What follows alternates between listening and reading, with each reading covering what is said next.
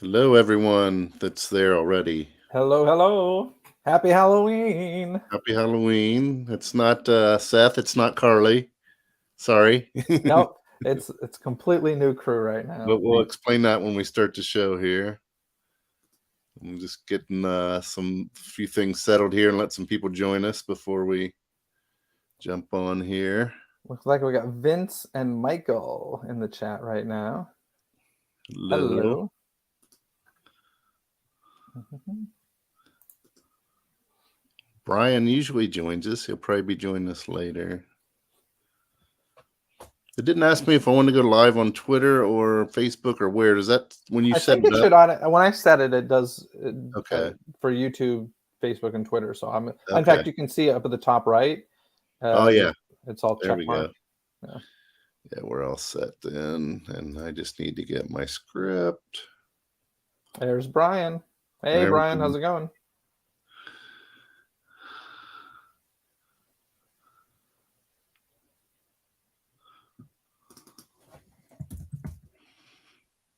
Try not to read the script and say, I'm Carly.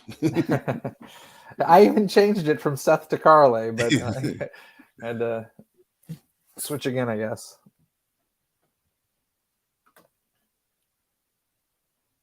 All right. I think we're all set. Where do we see how many people? We got 12 people watching, so not terrible.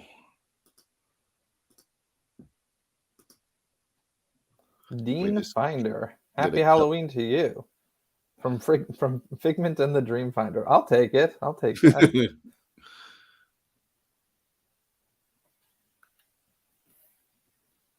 Just getting a couple of screens ready here, and then we'll begin. Thank you for bearing with us. Getting our stories set here. Not a huge news week, but we got some interesting things, though, I would say. All right, I think we're ready. So let me get my...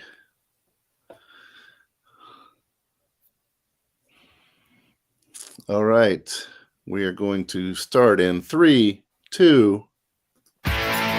Please lower your head and watch your step while boarding. Welcome to the Attractions Podcast. You are all clear for dispatch. Have fun.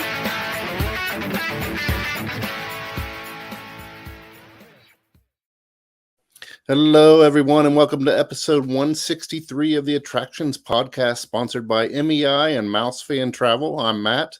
And I am Jeff. And we're here to talk to you about the latest and greatest theme park news and more, as well as what's going on in our own lives. And as you can tell, we're not Seth and we're not Carly. Sorry. But so I think Seth's on a cruise and Carly is somewhere in a hotel somewhere that doesn't have good Wi-Fi connection. So we're you got us for this week. And this is Jeff DiPaolo. He's one of our columnists on our website, also does a lot of video work for us, and based out of California, and does a lot of stories for us as well. Jeff, what's been happening with you this week?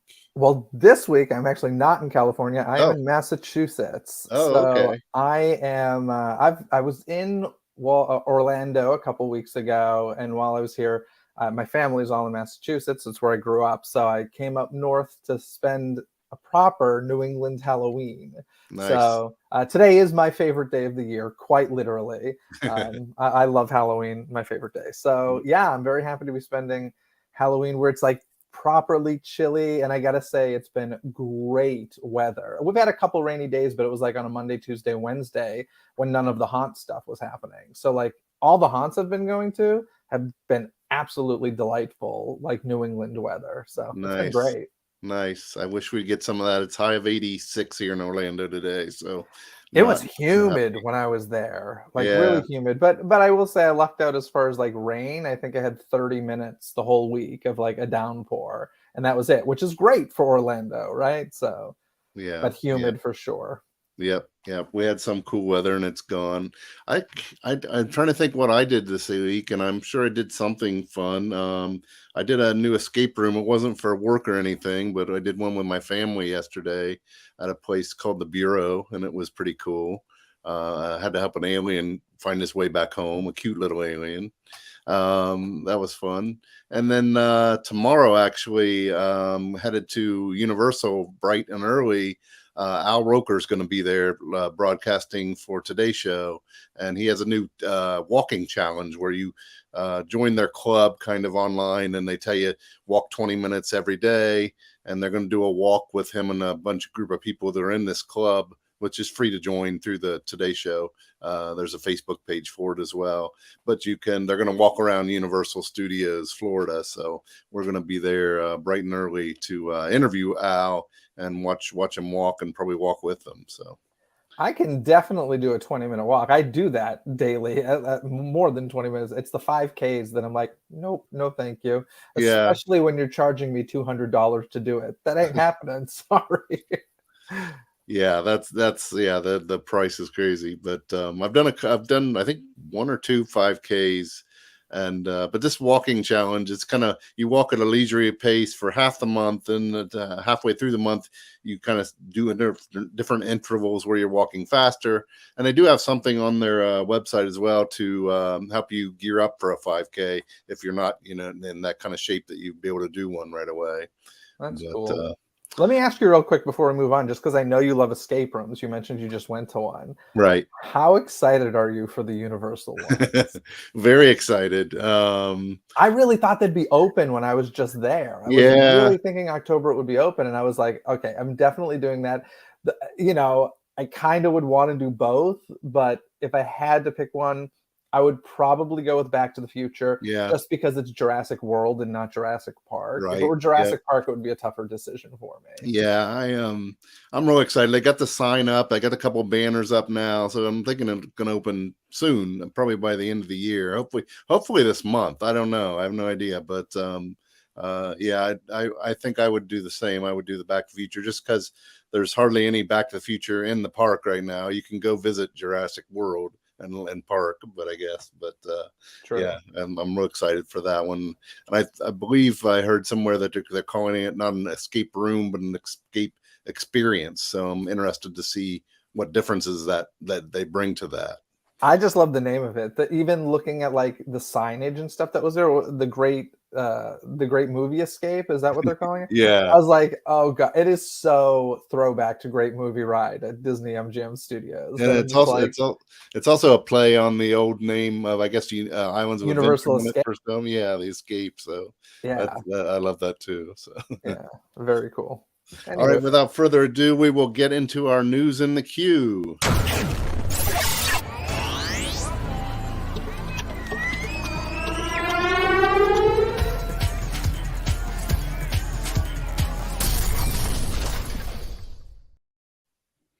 And first up, let me bring it up on screen here. Blizzard Beach is reopening on November 13th. So we got a couple weeks with new Frozen themed area and holiday offerings.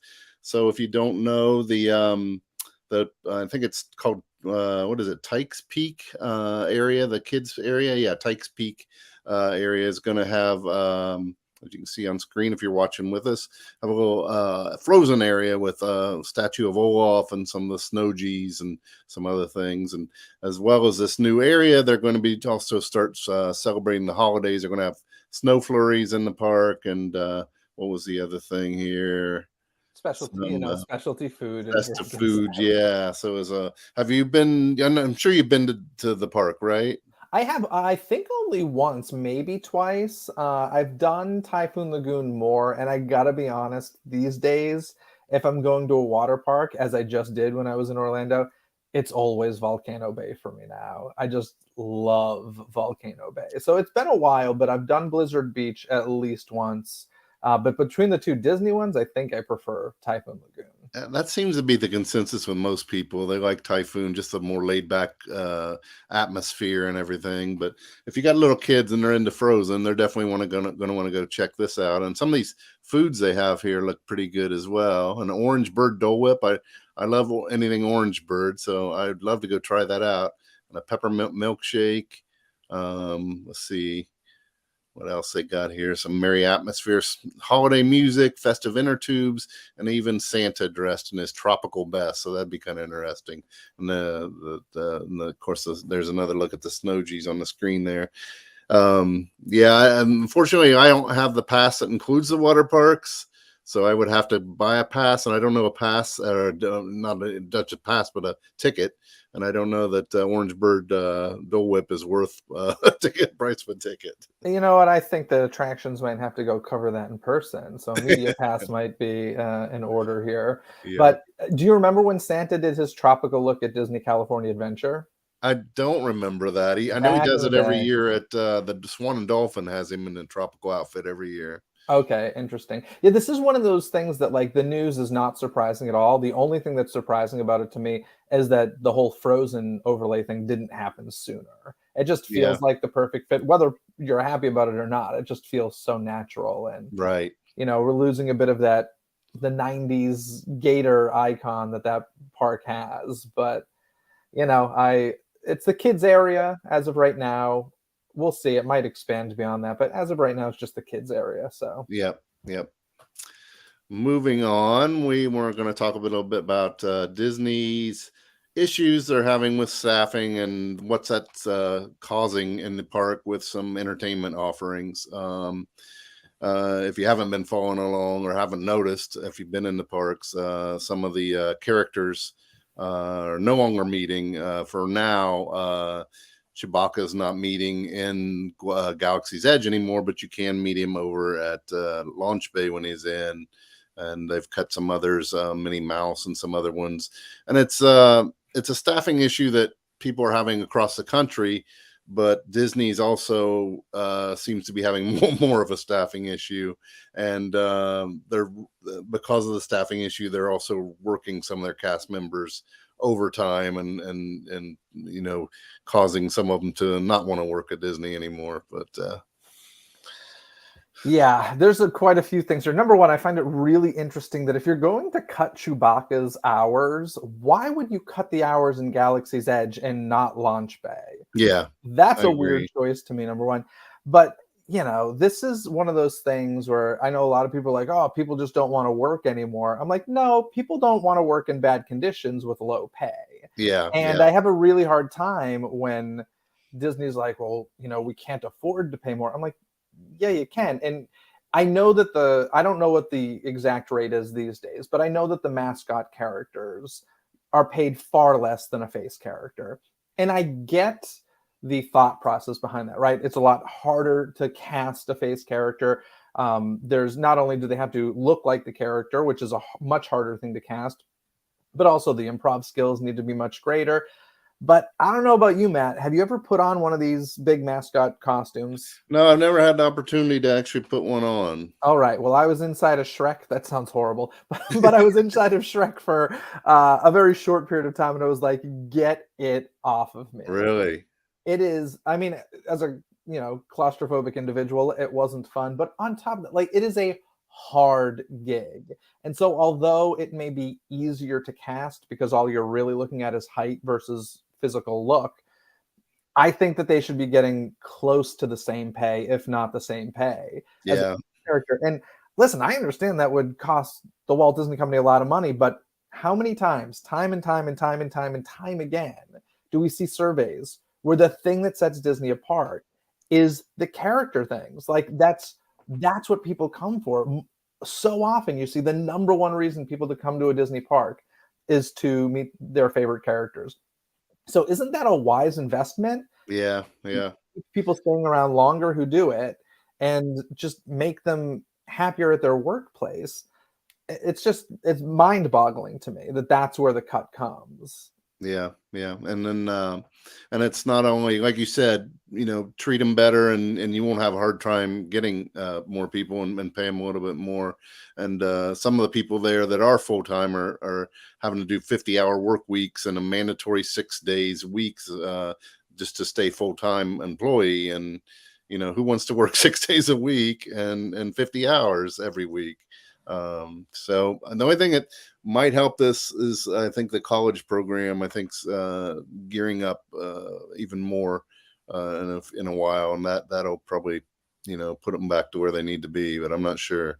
Even that, like, just hearing you say that kind of makes me cringe, because I'm like, okay, so let's take advantage of young Right. college students Right. because they'll do it just for the free park tickets, which Yeah. are becoming less and less available. So I don't know. This whole, I'm sure there's more to it than what I know, but I just have a hard. It's a tough pill to swallow, in my opinion. And I also just find some of the decisions interesting, like why Minnie Mouse of all characters. I'd be Yeah. curious to see those studies. Like, is Minnie Mouse not a popular character, and if so, like, isn't that a bit alarming? Yeah, Uh, and not to ruin anything, if you have any kids are listening, turn this off. But some of the same performers, the heights of Mickey and Minnie are about the same. So yeah.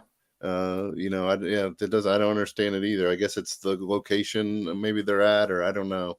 Or it's just, hey, we can either have Mickey out there or Minnie, and Yeah. let's face it, you're gonna go with Mickey. Right. Exactly. Yep. So I don't know. It's a Yep. problem, and it needs to be fixed. And Yep. I feel like there is a solution. It's just one the company doesn't want to do. Yeah, and I'm like you said, I hope it's not, the answer isn't just, well, when the college program gears up, we'll be all set. I'd rather see them step in and start, paying people better and in better conditions. So Yeah. we'll see. Moving on, this is something you noticed and sent our way earlier this week. The Santa Claus's Winter Wonderland coming to New York City. Disney is partnering with a company called Bucket Listers to present the Santa Claus's Winter Wonderland, a themed experience inspired by the new Disney Plus series, The Santa Clauses. And this will run at the Pier 15 in New York City from November 15th to January 15th. This is cool. Bucket Listers does great work. They're the people behind the Golden Girls Kitchen and the people behind, I'm getting ready to cover for attractions, the new Blockbuster Speakeasy that's coming to Los Angeles, which I'm super excited about as a Blockbuster nerd and former employee. I still have my uniform, and I think I'll show up in that. But yeah, no, they do some really cool pop-up sort of stuff, but like long run pop-up. What did you say this was, like a whole month long, right? A couple months. Yeah. And sometimes it's a promotional tie-in, sometimes it's not. In this case, it is. It's promoting the new series coming to Disney Plus. And they tend to do great work and partner with really good people. So, I won't be able to make it to this to New York City, unfortunately, but I am happy it's there because, number one, New York City is just such a Christmas location. And on top of that, I do feel like a lot of the stuff they've done in the past has been LA, which selfishly I enjoy, but it's nice to see them kind of getting beyond that. I think it's great. Yeah, and I don't know much about the Santa Claus. I know the movies. I haven't seen them in years, so I don't remember where they're set or anything. Obviously, the North Pole, but yeah, honestly, I forget. I forget where Scott Calvin lives. Yeah, I and don't think this it's New York City. It's a suburb for sure. it So. might, yeah. But this, from the details we have on this, doesn't look like this is like a recreation of what you'll see in the movie. More of just inspired by, I guess. But they will have some photo ops that will be themed to the Santa Clauses. And I was interesting to hear that the Santa Clauses. I thought when I first heard that they were redoing it, it would just be another movie, but this time it's a series. So that's interesting. Yeah, I saw a bit about it or some clips from it at D23 Expo. I went to part of that panel, and it definitely seems like a passing of the baton sort of situation where Tim Allen will no longer be Santa Claus. And by the way, for anybody listening who grew up with the Santa Claus films, I always like to take the opportunity to remind people that Santa Claus is spelled Claus, Claus, properly. The E is added as a bit of a joke with the film, like a legal clause. So there's an entire generation out there who does not know how to spell Santa Claus correctly. I know. But now you do. So there you go. Yeah, so they're going to have these, I haven't been to this pier that you're talking about, but they have these glass houses out there, and they're going to be all decorated for Christmas. And hopefully heated. And what's that? Hopefully heated. Yeah, hopefully. Dining and cocktail locations will be transformed into Santa Claus's house and workshop from the North Pole, and a gingerbread house bar with hot cocoa, and other treats. And then we have, if you go to attractionsmagazine.com, and look us up. We have a little bit of the menu there of what you'll be able to order when you're there. And then, of course, they have a VIP ticket with some extras and extra photo experiences, and skip the line on a couple of things. But yeah, I wish I could get up for this, but I don't have any plans to get up there right now. So Yeah, it's a really good film. I won't say it's like, I love Christmas movies and holiday specials and stuff. And I wouldn't say it's like on the top of my list, but it's like a really good one, especially the first one. Like when I go back and revisit it, it's not one that I see every year, so I don't know it like the back of my hand, like I do so many others. right. So there's always like some pleasant surprises whenever I see it. I'm like, yeah, this is a good movie. It's really fun. Yeah, But it definitely. isn't. I was Sorry, go gonna ahead. say, I definitely will check out the series. It looks like it's going to be good. Yeah, I'm excited for it. It is interesting though how like just even the passing of the baton for Tim Allen, the whole like discussion of Tim Allen being removed from the Walt Disney Company is kind of interesting. I don't really believe all of that, but it is interesting that Buzz Lightyear has had a new voice at this point, and now Santa Claus is passing the baton. It's an Yeah, interesting thing with a Disney legend, yeah, yeah. I hear you. I don't Yeah. know either. All right, moving on. We're going to Six Flags Magic Mountain out where you live, Mhm. and they announced a year or two ago that they were going to be a 365-day theme park, and they did that for a while. And now, without any announcement, they've kind of decided they're not going to be a 365-day theme park anymore. Yeah, I'll tell you, this news didn't surprise me. The news that surprised me was a few years back when they were like, hey, we're going 365 days. Mm, And I'm just like, who wants to be on I understand Los Angeles people feel like, oh, it doesn't get cold in the winter. It does. I own sweatshirts. It does get cold. And like, I don't think anybody really wants to be on a roller coaster whipping around in the cold wind. And most of their attractions are outdoor attractions, the great majority. So I always found it to be a weird thing that they tried to do 365 days. So I'm not yeah. surprised at all by this I news. think it was last week's show we announced that a couple of other Six Flags parks are going to year-round operation. Oh, interesting. Do you remember what locations they were? Were they I warmer? can't remember now. I think one was in New Jersey and maybe Oh, Virginia or somewhere, but they weren't 365 day. They were just year round, where they would be open, sometime during the week. gotcha. And then I think, of course, it snows up there. I don't think they were going to have all the rides opening. They might have had some special events and things, but so this one is closing select weekdays in November and December, and that's pretty much all we know. We got a confirmation from their PR rep that yes, they're doing that, but they wouldn't give any speculation on next year. So it could be that this is just for November, December, and the rest of the year they're going to be open every day. We don't know yet. Yeah, I will say that if you enjoy holiday lights and stuff, I really do like the Magic Mountain holiday light display that they do. So check it out if you have a chance. Cool. Is that one was drive-through during COVID? Or? It was 1 year they did it as a drive-through thing, which honestly I kind of preferred because I'm not really a roller coaster guy. I am a theme park guy and a story-driven right effects guy. And so like when I go to Six Flags, it's for three things: the water park, Halloween, or like Christmas lights, and that's pretty much it. Okay. So, but their Christmas light display, it's like over the top tacky, but like in a glorious way. So Okay. if you're into just a lot of Christmas lights, they do a nice job. All righty. Moving on over to the other coast at Dollywood, they've announced some plans for 2023, and a lot of these plans we already knew about. Of course, they have the Big Bear Mountain roller coaster that's going to open, the 4,000-foot long coaster with onboard audio, 3 launches, and airtime hills and turns and tunnels. We knew about that, but they are going to stay open more days this year, next year, I mean, than they have in the past. And then they have a new celebration, designed to one of Dollywood's biggest hits, I Will Always Love You. That song is having its own celebration from March 11th to April 8th.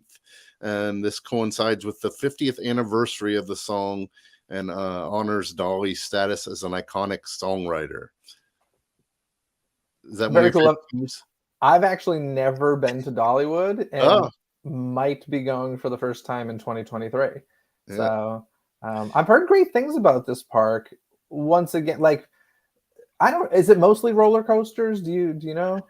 I would say it's comparable to Like Knott's a Berry Knott's? Farm. Okay. Yeah, in the feel of the place. It's a little more country. It's in the hills a little bit. I wouldn't say it's just a coaster park, but I think you'd love it. Yeah, I'm looking. I've heard it's like visually beautiful, and then also a lot of live entertainment, which is my jam. Yeah. So And that I think that's what this "I Will Always Love You" celebration is going to be. A lot of just singers and performances for that festival. yeah, I find that so interesting just because like do people really realize that that's her song? I think that people always think Whitney Houston, and I know, Mm, I know that it's Dolly Parton who wrote it. And what was it originally in? Was it in the Best Little Whorehouse in Texas? Is that what was it's? it? I don't know. So it I was don't in some remember. Dolly Parton project, and so yeah, I'm just curious if people look at that headline and go, "Huh? What?" A Yeah, little yeah, confused by it. yeah. I bet you they do. I'm sure there's tons of people who just think it's a Whitney song, but Yeah. um, it'll be interesting to see the different performances they have of it, or what can they have. They'll have like a history of the song or something. Yeah. And of course, their regular festivals are back. They're a flower and food festival. Their sweet summer nights. What else? The harvest festival for the fall, and they do a really good job with that. And then, of course, there's Smoky Mountain Christmas, which they do a million lights for that, and that's really cool. And they have a little parade, Christmas parade, which is great. What were the dates again for that "I Will Always Love You" thing? Was it March into April? Yeah, March 11th to April 8th. Okay, are they not open in February? Why would you not take advantage of Valentine's Day with an event called "I Will Mm, Always Love You"? that could be the case. Huh, I'd have to look in that because the Flower and Food Festival starts April 21st. So yeah, interesting. that's interesting thought. Yeah. Hmm. Alrighty. All right, moving on to Oh, something for you to talk about. We posted a review of Haunted Overload, and we talked a little bit earlier in the show about you being at some of these going to some of these haunted events up in the Northeast where you're at. So take it away with this one. yeah. So Haunted Overload is located in, I believe it's Lee, New Hampshire. Yep, Lee, New Hampshire. And it is honestly unlike anything you've ever done. Like that photo that you see there, if you're watching live, is, I mean, that thing is huge. It's, God, I'm bad at guessing, but probably, I don't know, 25, 30 feet tall, something like that. It's massive. Like those are all wooden logs you're seeing that are creating that skeleton face. And this is something that it's been around here for a while, but growing up around here, I'd never heard of it. I first heard about it in a Halloween documentary or like one of those Travel Channel shows. And so I'd kind of known about it for several years now. And last year I was up here during Halloween, but for a very limited time. And they do, if you're not into like getting scared, because the main event is like a traditional outdoor through the woods haunted house. But during daytime, you can go for a lot cheaper, I might add, and just kind of walk through without the actors, without the lighting. And so I did that last year. And after experiencing that, which was amazing, I was like, okay, I have to go back at nighttime. And all of these photos here, these are simply the queue because cameras aren't allowed inside of the main attraction.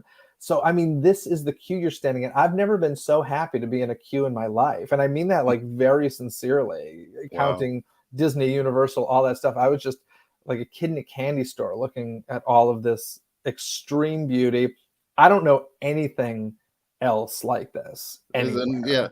for us to cover a haunt just up in the Northeast for not for no reason, but we normally wouldn't cover things like this just because there's so many of them. They're everywhere. Yeah. But this blew you away so much that you wanted to write about it. So that says something. And Yeah. you've been to how many haunt events? A lot in Yeah. many areas of the country. So, and I will say just overall, I hadn't done like a full proper Halloween in New England for a while. I've been here for like the day and maybe a few days surrounding it, but I've been here for like 2 weeks at this point, and I haven't done that since I lived here, which was like 16 years ago or whatever. And I've hit up quite a few haunts, and I've got to be honest, I've been very impressed with what I've seen. I would say there was only one or two that I was a bit disappointed with. other than that, I've been like delightfully surprised, and Nice. maybe wrongfully so surprised. But living in Southern California, and and going to Orlando, when you experience things like Halloween Horror Nights and stuff like that with these massive budgets, I mean, nothing around here has a budget anywhere close to a Right. Halloween Horror Nights, or Right. even I would not say a Not Scary Farm, but they're doing great work, and Haunted Overload is among the best. And Absolutely. and I was from reading your review there. So if you're watching us live and you can go tonight, they do something special tonight on Halloween night, right? Yeah, what was it? Is this the dark one where Yeah. I think they shut off the lights and all the monsters are there, and good luck getting through, because these are the woods. It's on, a farm in New Hampshire, but you're in the woods, and I that sounds good if you're like want extra scares, but I got to be honest, I think the lights You are need the so visuals. Yeah, beautiful. the visuals is So what's so beautiful. cool. Yeah. So yeah, maybe And there's you know what? Maybe they light up the queue, and which is I'd say a third or maybe even half of the attraction is the queue. So maybe they still light up the queue, but only shut off the lights like inside the proper maze area. I'm not sure. and then is it just a local company, do you know? Or Yeah, from what I understand, and I could be getting this wrong, but I think I'm remembering this correctly. This guy used to do it in his backyard, and the reason he started building these massively tall structures is because he had a small yard. So he was like, okay, I can't build wide, so I'm going to build up, and he would basically build these structures around telephone poles. And then some years later, I don't know exactly when, he teamed up with this farm stand, and these structures are there year round. I actually really want to go see them covered in snow, because I think that they'd be beautiful. But hey, he, because they're there year round, he adds to it, and he just, keeps them up through maintenance and stuff. But it's not like a pop-up thing. It's a glorious haunted event. Really cannot recommend it enough. And like I said, they have a daytime thing if you don't like the scares. Totally worth seeing it during the daytime as well. nice. And not much time left to do it this year, but definitely keep it on your list of Halloween events for the future if you see yourself in the Northeast. Yeah, you'd think like most Halloween events, it's only going to get better each year after year. So hopefully, Yeah. that's plus it up for next year. So. Yeah, it is a passion-driven project for sure. All right, so that's all we have for you in the news and the queue, and we're going to head to our main event, main attraction, I should say. But before we do that, we want to hear from a word from our sponsor, MEI and Mouse Fan Travel. The Attractions Podcast is brought to you by MEI and Mouse Fan Travel. Whether your next vacation is a magical trip to the theme parks, an exciting adventure to the pyramids of Egypt, or just a relaxing cruise on the turquoise waters of the Bahamas, MEI Travel provides premium service and expert advice to help you get the most of your vacation. They are always free of any hidden fees or costs to you. Visit them at mei-travel.com. It's time for the main attraction. All right, we're heading overseas for the main attraction this week. We got some new details on the Fantasy Springs area that's coming to Tokyo DisneySea.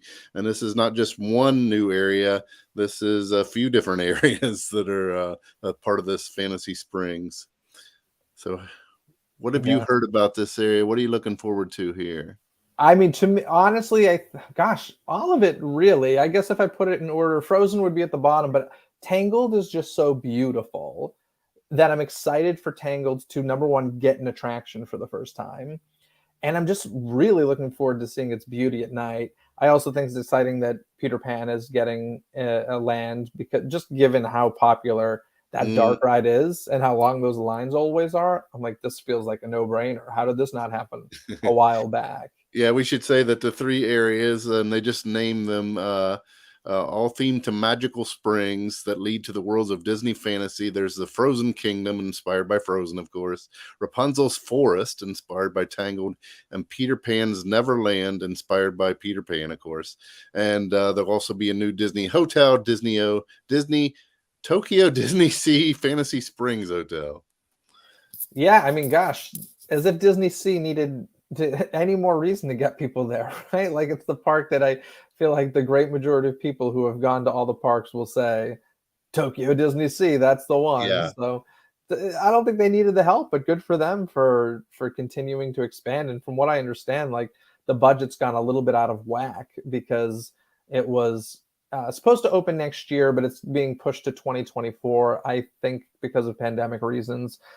And the cost of so much went up tremendously during the pandemic. So I have a feeling that's what upped the budget. But like, they're not saying, hey, we're going to cut back because of that. They're just like, hey, it's going to cost us more money. Whereas I feel like, and if people don't know, the Tokyo Disney Resort is run by Oriental Land Company, not the Walt Disney Company. I feel like if it was a Walt Disney Company theme park, it would have been like, oh, budgets, prices are going up, so we're cutting stuff. So I find that to be really kind of interesting. And yeah, very exciting.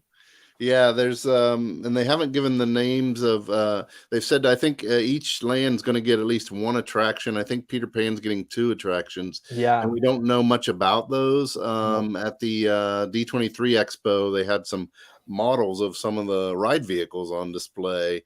And the ride vehicle, surprisingly, there was one that was themed to like Tinkerbell. So we don't know if there's actually a Tinkerbell ride or it's a Peter Pan ride with a Tinkerbell ride vehicle.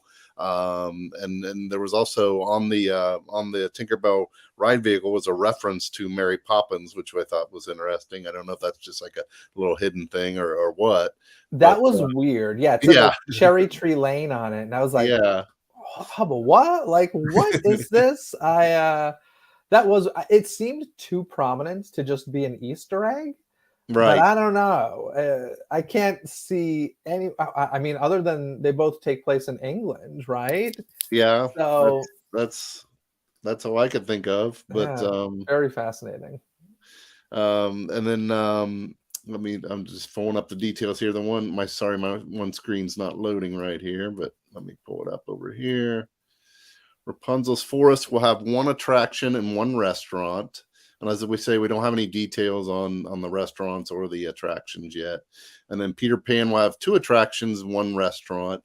And what was the other? Frozen will have 1 attraction and 1 restaurant. So it's interesting. They're each all getting their own restaurant. We don't, not necessarily table service restaurants. It could be quick serve, but yeah, I'm trying to think if Tangled will probably get that kind of bar. I Have a Dream sequence, sort of. Yeah, that's true. Thing. Probably like Gaston's Tavern, something similar to that would be my guess. Yeah.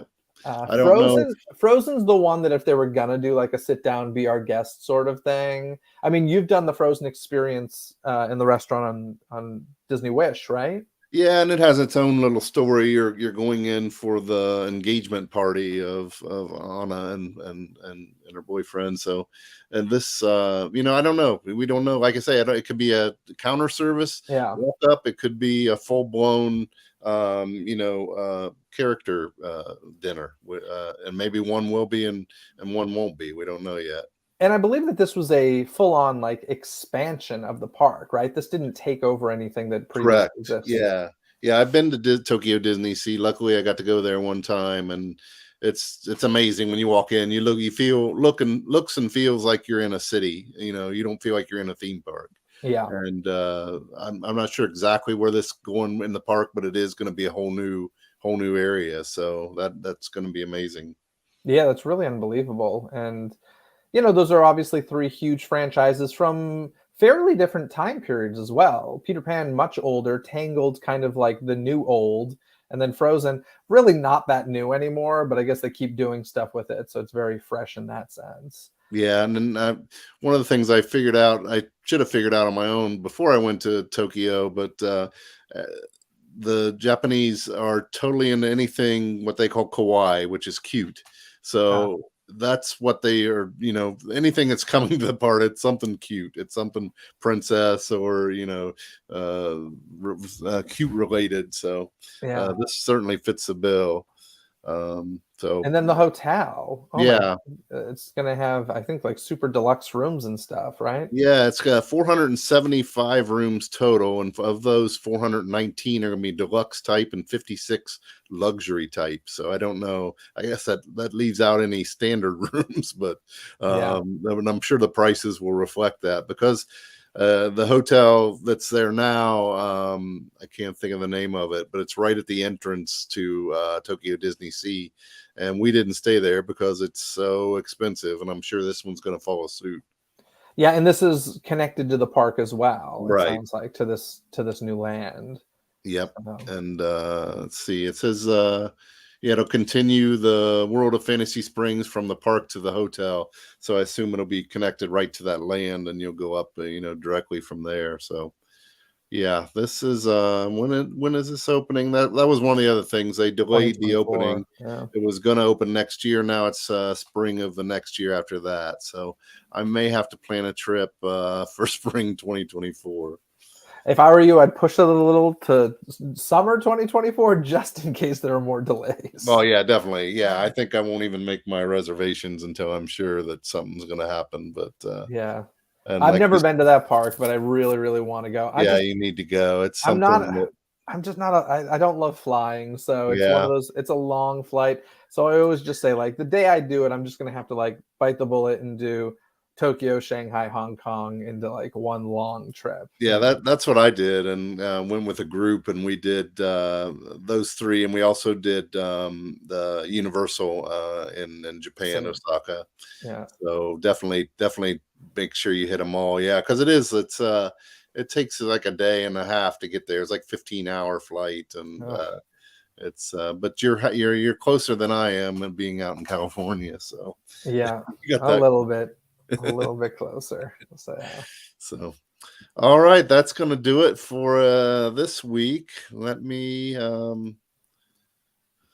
see. I lost my script. I hate when things like that happen. But we're just going to tell you where we can find us on the internet. So, Jeff, where can they find you? Well, I do a podcast called Disney Coast to Coast. That's Disney with a Z. And I will say one of my most recent episodes was a really fascinating conversation. If you were a fan of Oogie Boogie Bash at Disney California Adventure, I spoke with 3 of the folks from Disney Live Entertainment who created that event. And it was the first time they've ever talked about this stuff publicly. And it was nice. it was really fascinating. Like stuff even that I was just mind blown away. The whole backstory of Oogie Boogie Bash is incredible. So if you want to check that out, just search for Disney Coast to Coast on your podcast apps. It's Disney with a Z, or head to DisneyCoastToCoast.com if you want to find that easier. And then any of the social media that I'm on, it's simply at Jeff DePauli, JEFFDEPAOLI. And definitely going to check that out. I'm going to cue that episode. You had a whole event for the Oogie Boogie Bash. Is this just audio from that event, or is this something extra? Yeah, this is audio from that event. I will say it's been edited a bit because of Disney's request. There were certain things that were talked about, but so you got a bonus if you were there. You got a bonus if you were there, and I'm hoping to do more live events just about entertainment definitely. in general. So yeah, it was a really good conversation. I know you've done Oogie Boogie Bash, right? I've only done it once, and I just did it this year. So let me ask you, did you like it more than Mickey's Not So Scary?